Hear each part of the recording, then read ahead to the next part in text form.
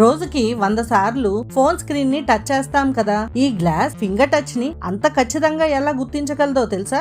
Screen glass పై transparent layer గా idiom టిన్ oxide అనే chemical నిరంతరం తక్కువ పరిమాణంలో విద్యుత్ ను ప్రవహింపజేస్తూ ఉంటుంది. ప్రస్తుత రోజుల్లో దీన్నే క్యాపిటేటివ్ టచ్ స్క్రీన్ తయారీలో వాడుతున్నారు. మన శరీరంలో కూడా కొంత ఎలక్ట్రిసిటీ ప్రవహిస్తూ ఉంటుంది. మీరు స్క్రీన్ ని టచ్ చేసినప్పుడు మీ వేలు స్క్రీన్ లోని చిన్న ఎలక్ట్రిక్ ఛార్జ్ తీసుకోవడం వల్ల ఆ నిర్దిష్ట పాయింట్ వద్ద వోల్టేజ్ మార్పు వస్తుంది. వెంటనే ఫోన్ లోని టచ్ కంట్రోలర్ మరియు ప్రాసెసర్లు ఆ పాయింట్ కోఆర్డినేట్స్ గ్రహించి మనం అనుకున్న యాప్ లేదా యాక్షన్ ని మైక్రో సెకండ్స్ లో ఓపెన్ చేస్తాయి. అందుకే ప్లాస్టిక్, వుడ్, మామూలు క్లాత్ తో టచ్ స్క్రీన్ పనిచేయదు. వాటర్ ఎలక్ట్రిసిటీకి గుడ్ కండక్టర్ కాబట్టి వాటర్ స్క్రీన్ మీద పడితే కండక్టివ్ పాత్ క్రియేట్ చేసి సెన్సార్ సిగ్నల్స్ డిస్టర్బ్ అవడం వల్ల ర్యాండమ్ టచెస్ వస్తాయి. అంతేగాని ఫింగర్ లేదా క్యాపిటేటివ్ స్టైలస్ పనిచేసినట్లు కరెక్ట్ గా పనిచేయలేదు.